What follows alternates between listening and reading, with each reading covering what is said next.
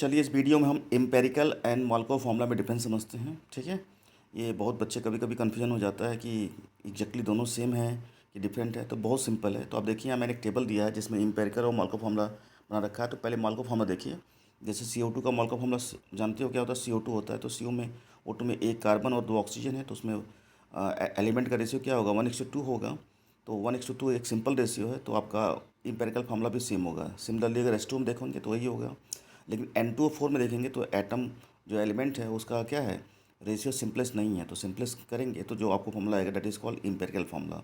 इसी तरह से P4O10 का देखिए, C10H22 और C6H18O3। यहाँ पे भी आपका क्या है? सब कुछ सिंपलेस्ट रेशियो में चेंज करेंगे तो आपको एम्पेरिकल फॉर्मूला मिल जाएगा। तो यहाँ एक रिलेशन होता है मोलकुलर फॉर्मूला निकालने के लिए N इंटू एम्पेरिकल फॉर्मूला। ये रिलेशन होता है।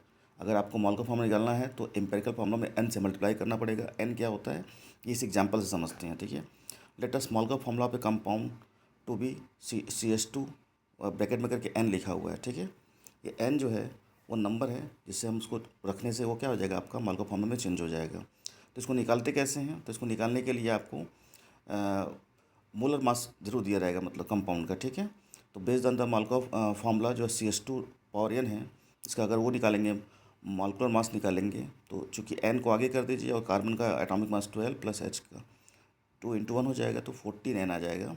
और इसका मोलर मास जो होता है उस कंपाउंड का आपको गिवन होगा। ठीक है, तो आपका देखिए 14N, यानी कि जो आपका empirical formula into N equal to आपका क्या है? Molecular formula of the compound. तो इससे करके N की वैल्यू निकालेंगे, 5 आ गया। तो इस 5 को वहाँ पुट कर देंगे तो फार्मूला आपका आ जाएगा C5H10 आ जाएगा। That is the molecular formula. तो ये बहुत सा सिंपल है। तो आई होप आपको समझ में आया होगा। अगर समझ में आया तो वीडियो को लाइक कीजिए और चैनल को सब्सक्राइब कीजिए।